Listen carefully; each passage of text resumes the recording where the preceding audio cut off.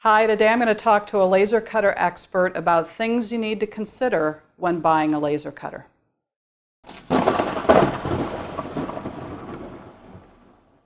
Hi, welcome to Gray Lightning, my video blog about making things and playing games. And because I use laser cutters a lot in my projects, people ask me questions on my channel and on my website about how to pick the right laser cutter. And the truth is, I'm not an expert in that, but I happen to know someone who is. So here's my interview with Patrick, the laser steward at my local Makerspace.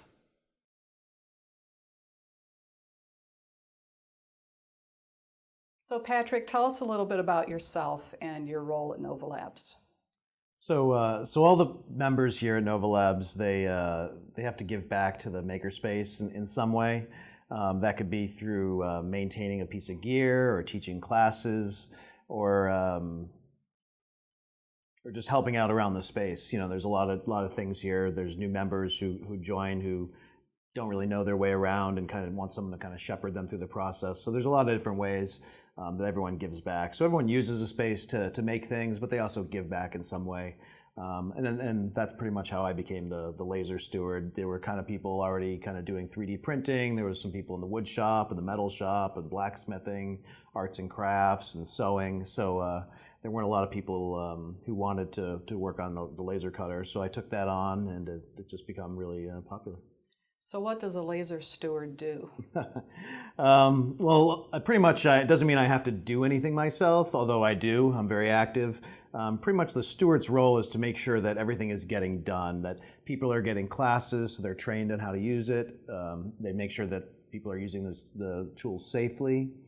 They're also trying to make sure that that the tool itself is maintained, that it's up to snuff, and that any of the spare parts or parts and pieces that need to be at the lab are available for people. And you're a volunteer. A volunteer, yeah. It's not a paid thing. It's just a way that a Makerspace is a community event kind of space. I call it it's kind of somewhere between like a gym membership and a community center.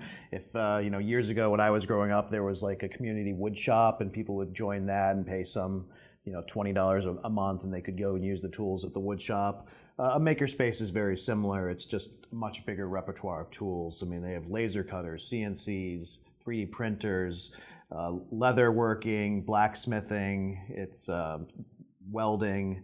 It's really amazing. It's a great place.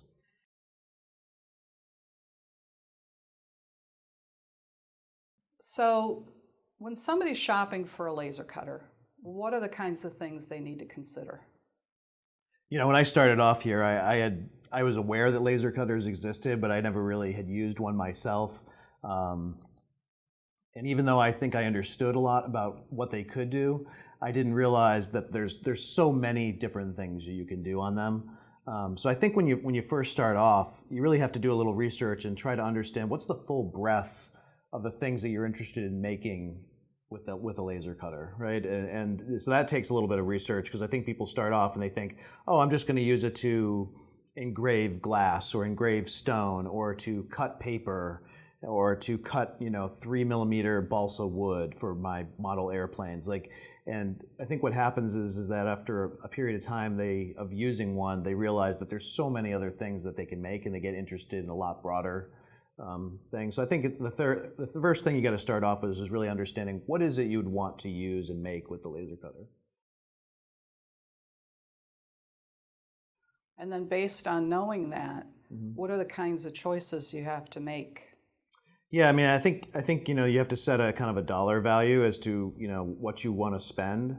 There are laser cutters available for $300. There's laser cutters available for $80,000 to $200,000.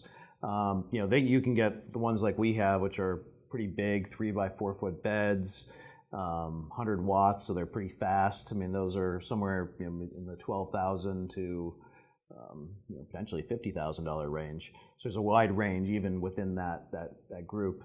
I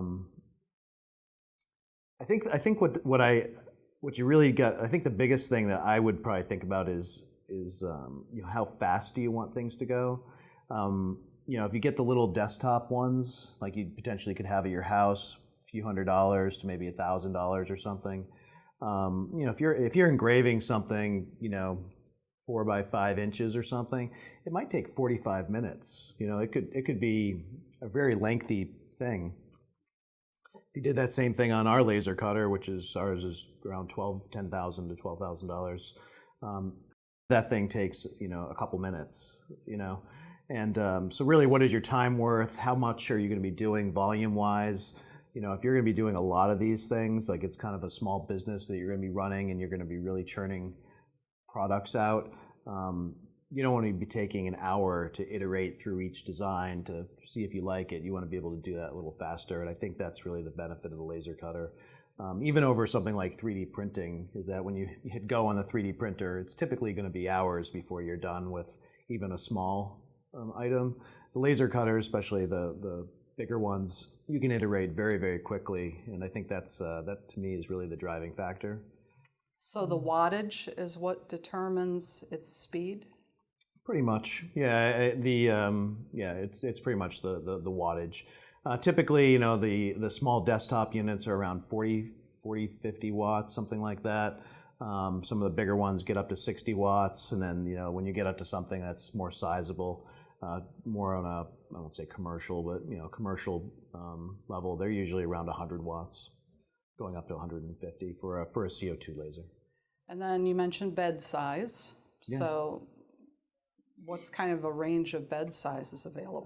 You know, I've seen laser cutters with bed sizes that are like 6 inches by 6 inches. You know, you can do some keychains, maybe some earrings. You can do small, like little, maybe engraving a placard or something, you know, so, you know, with a name or something on it, which may be what you're interested in. And if that's adequate, then it's maybe it's good for you. But you know, typically I find, you know, a lot of people when they go to Home Depot and they pick up some plywood, because plywood is a pretty popular thing to do, they pick up a 2 by 4 foot sheet of plywood. You know, they don't pick up the 4 by 8 sheet, they pick a 2 by 4 foot. So I think, you know, having something that could accommodate, you know, something 2 by 4 feet or 2 feet by 2 feet is probably pretty common. If people are making model aircraft, which is a pretty common thing in a lot of makerspaces, people want to make model aircraft. Typically, you know, 20 by 30 inches is the minimum, you know, that, you know, those parts and pieces are cut out to be. And, you know, so that's a pretty popular item to do. You know, there's rotary tools that go on laser cutters as well. And I would say there's a lot of people who like to engrave baseball bats. You know, baseball bats are, you know, a few feet long. I think they're around 30-ish inches long or so. You know, another popular thing to engrave is just on the rotary cutter is wine glasses. So, you know, you're talking something 8 inches long, right? So really starting off with understanding what is it you really want to do is really important to understand where you're going to end up, you know. So speaking of glass, the power also affects what materials it can cut, right? Absolutely, yeah. So what's kind of the range of what can do what from a materials point of view? You know, it's interesting. I think a lot of people come in and they want to use the laser cutter to cut metal. Unless you're buying a very expensive, really big laser cutter, even ours that are $10,000 can't cut metal. So typically, most people who use laser cutters, even in a commercial environment, they're cutting acrylic, they're cutting plywood, regular wood, they cut through cardboard, they cut through paper, they can etch on stone. I think that's a pretty popular one. They can etch on tile. You can engrave on anodized aluminum surfaces and stuff like that, which comes out really great, water bottles or keychains or things like that. That's what I typically see people using.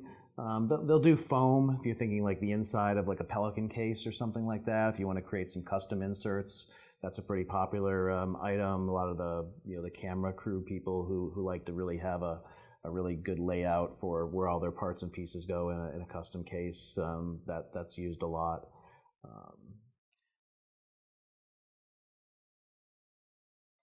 So what about the ongoing costs of owning a laser in terms of support and part replacement and maintenance?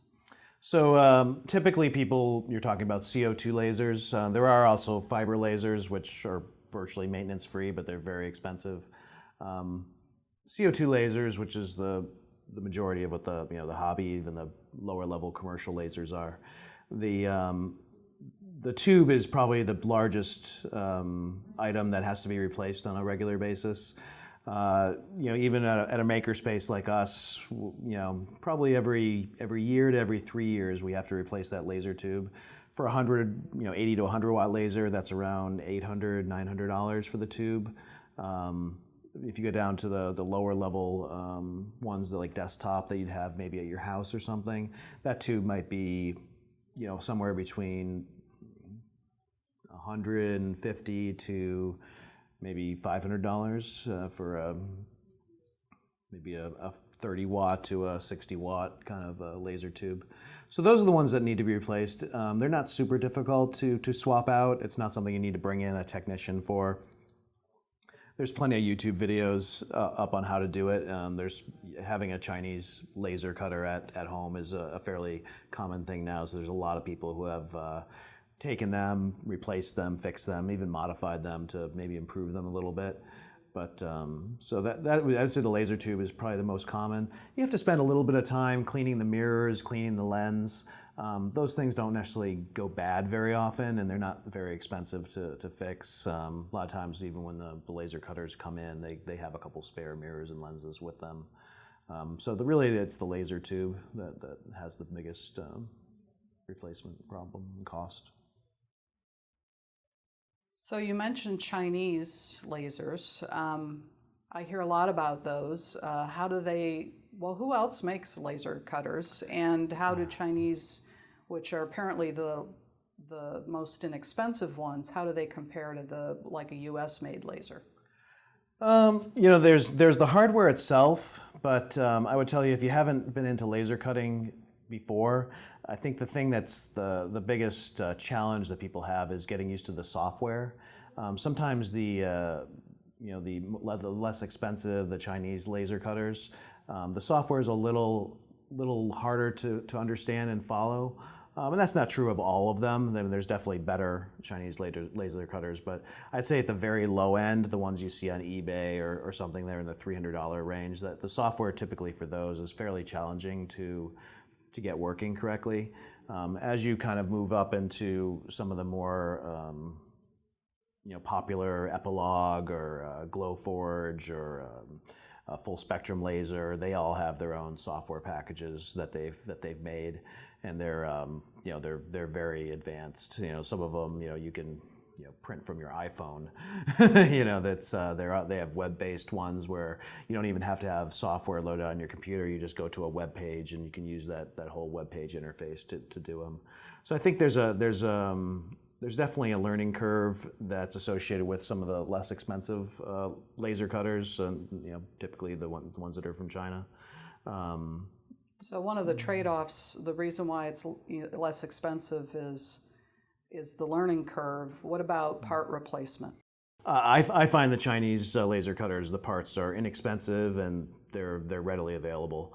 The one we have is it's repackaged from a company here in the U.S., but they do buy the base kind of frame and everything from a Chinese manufacturer initially, and the parts are readily available, easy to find, and not that expensive. I think when you go to a one of the more advanced U.S.-based companies or any of the other companies in Europe, sometimes those parts and pieces are proprietary and only they sell them, so they can charge a little bit more.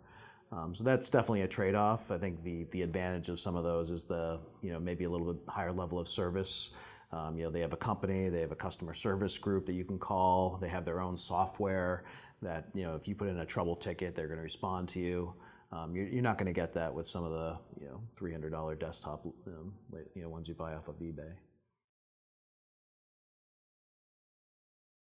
So if I'm getting a laser cutter, what are the issues I have to be concerned about in terms of the location or the space I'm going to put it in? That's a good point. Typically with the larger ones like ours, the 100-watt ones, it takes 220 or 240 or voltage, so you have to have that kind of circuit available.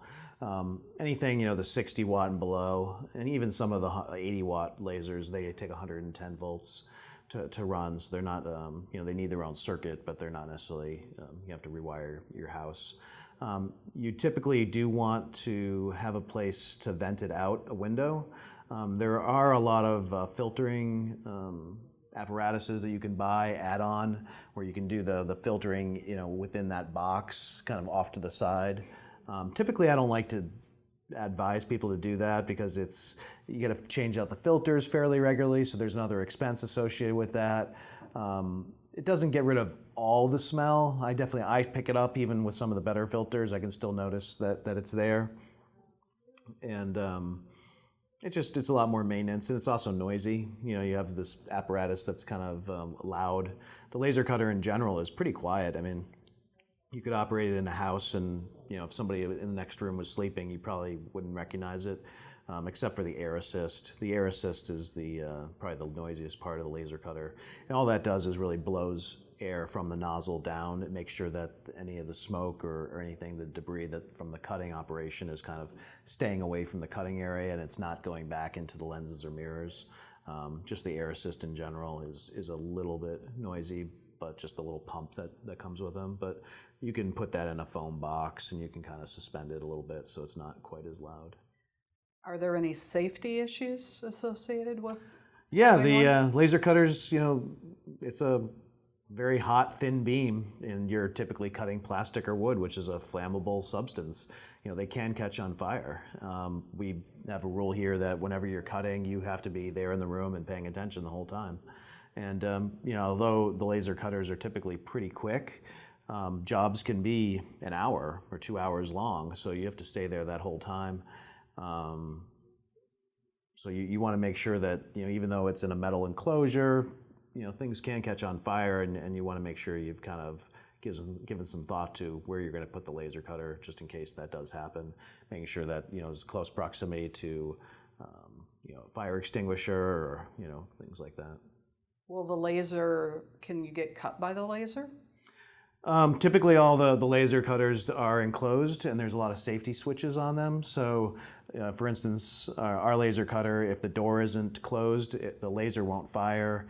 If the water pump is not cooling the laser won't fire.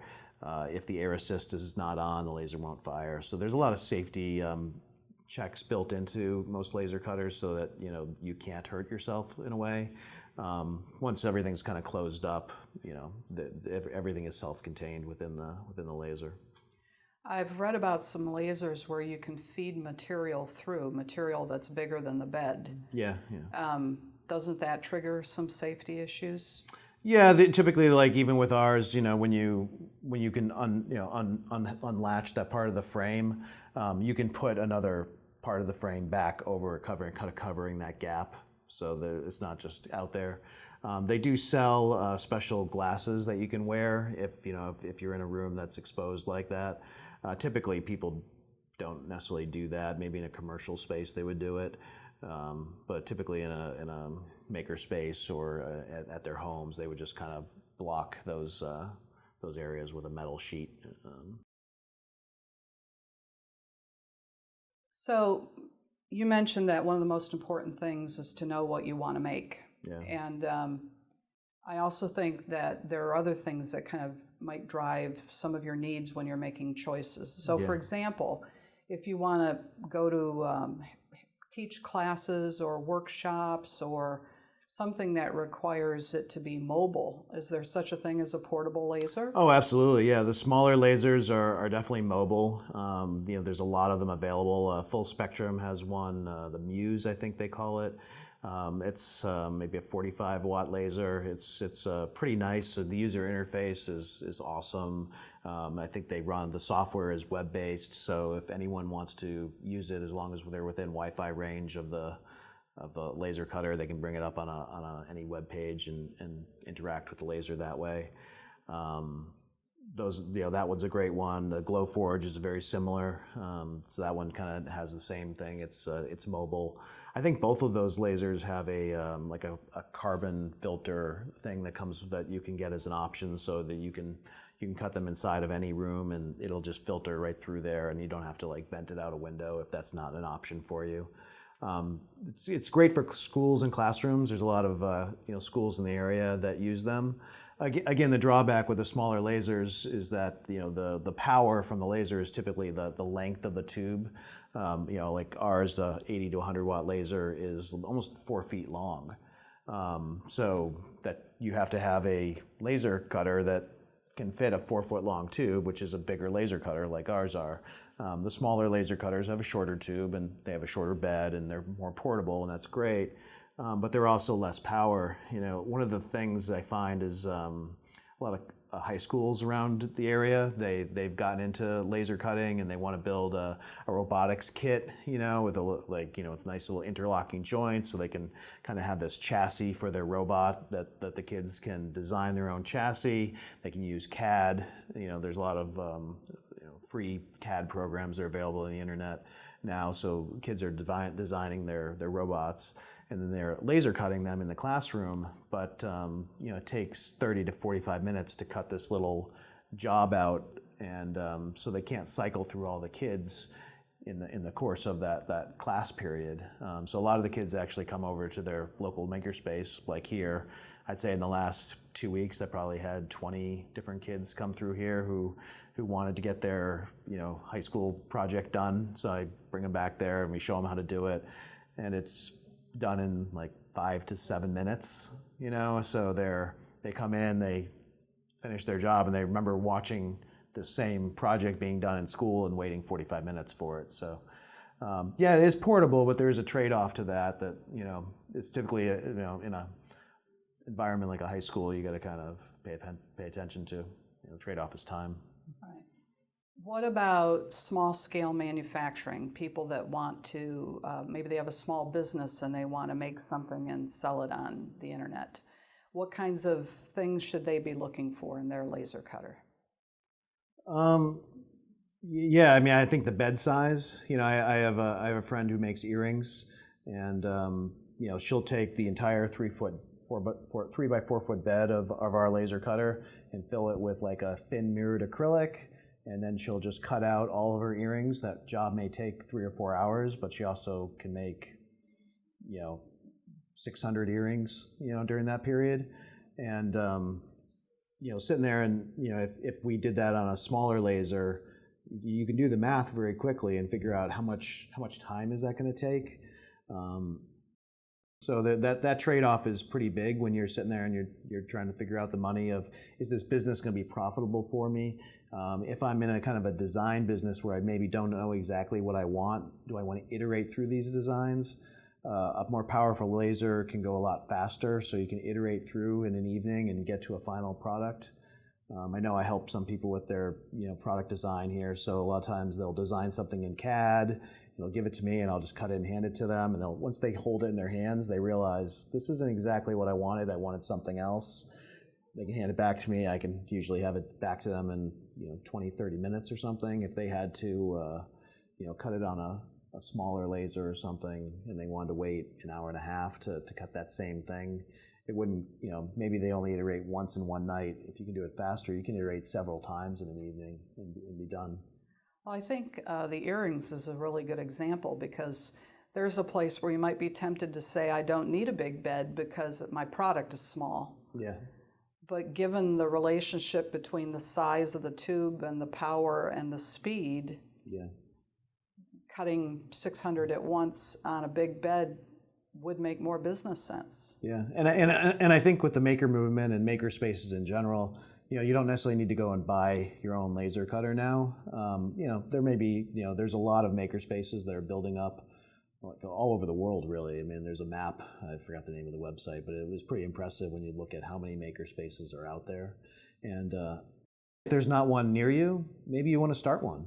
I can tell you when Nova Labs first started, the laser cutter was the center of attention. They started off with the laser cutter in in a garage, and a few other people wanted to use the laser cutter, so they kind of pitched in a certain amount of money so they could use it every day. And before you knew it, there was a few other people that had some other, tools they wanted to donate, and presto, you have a makerspace. So there might be a way to kind of do something like that collaboratively with the community you're in. So speaking of makerspaces, are there any particular things that a shared use environment should make you look for in a laser cutter? Yeah, it's an excellent point, and it's one of the ones we really considered when we purchased our laser cutter. Is sometimes the software, in particular, a lot of the less expensive Chinese laser cutters, you have to have a dongle in your computer in order to run the software. That probably is not the ideal candidate, because a lot of times cutting the material is the least amount of time. It's actually opening up the software and doing all the prep work that really takes the majority of the time. You don't necessarily want to have to be tied to some dongle in order to be able to use that. Some of the software is web-based. It's a web page, and some of them will run only if they're within like Wi-Fi or on the same network that the laser cutter is actually on. They have to register with it. So typically for a makerspace like ours, we wanted software that everyone can just load on their personal computers. That way, when they come in here, they've taken their CAD design and their files, and they've already brought it into the laser software. It's already prepped, and they just kind of come in and they plug in, and they just cut the job, and they leave, and they're not necessarily taking the space in front of the laser cutter computer for a period of time while they finish prepping their files before they can cut. That CAD CAM flow is pretty important to making sure you have a good cycle time for using the laser cutter. Anything we haven't talked about that you think is important to somebody that's considering buying a laser cutter?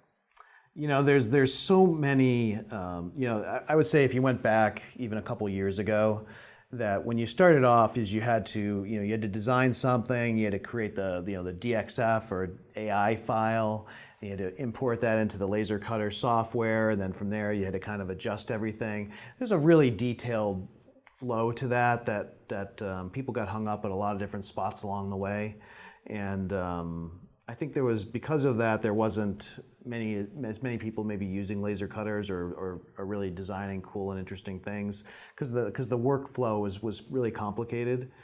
Some of these new laser cutters, like the Glowforge or the Full Spectrum Muse that are out, they really simplify that whole process. So if someone's not very technically minded, they can use one of those laser cutters and just bring in a file, and the laser software really just takes care of almost a majority of that for them.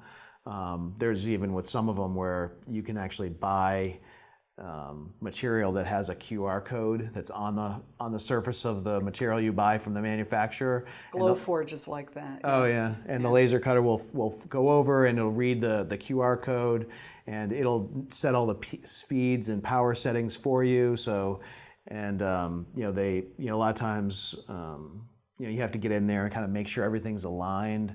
A lot of the new lasers that are a little more expensive have cameras in there, so they'll actually go in there and take care of a lot of those things for you. They're not necessarily that you can't do it, but they would make things a lot easier, and I think that opens it up to a much bigger audience of people that maybe could use the laser and effectively. But there's so many great resources online now. There's if I ever have a question, I type something into Google, and I almost immediately find somebody who's had the same problem, who's really offering up solutions. And if anyone's going in there and they have a problem and they end up finding the solution and they didn't see anyone post, take the time and make a quick video and tell everyone, hey, I had this problem. I wanted to do something with cork or some product that's not used very often, and here's what I found out, and here's how I did it. And I think just that community kind of mindedness is really helpful, and I think people make a lot of great things. And that almost everything I've made here, I didn't just come up with all the ideas on my own. I just kind of assembled a bunch of different ideas from different people into that one product, and it's it's great what you can do when you get assembling so many great people's ideas together. Well, speaking of great people, no, I really appreciate you taking the time with me tonight to talk about this. I've learned a lot, and I'm sure that my viewers and subscribers will learn a lot as well. Thank you. Awesome. Thank you. So my discussion with Patrick was very helpful for me. I hope it was helpful for you. Patrick's agreed to do a short series of videos with me about the laser cutter, including like a tour of the parts and some discussion about maintenance. And so if you have anything you'd like to know, just contact me, send me a comment or a question, and I'll try to include the information you're looking for in future videos.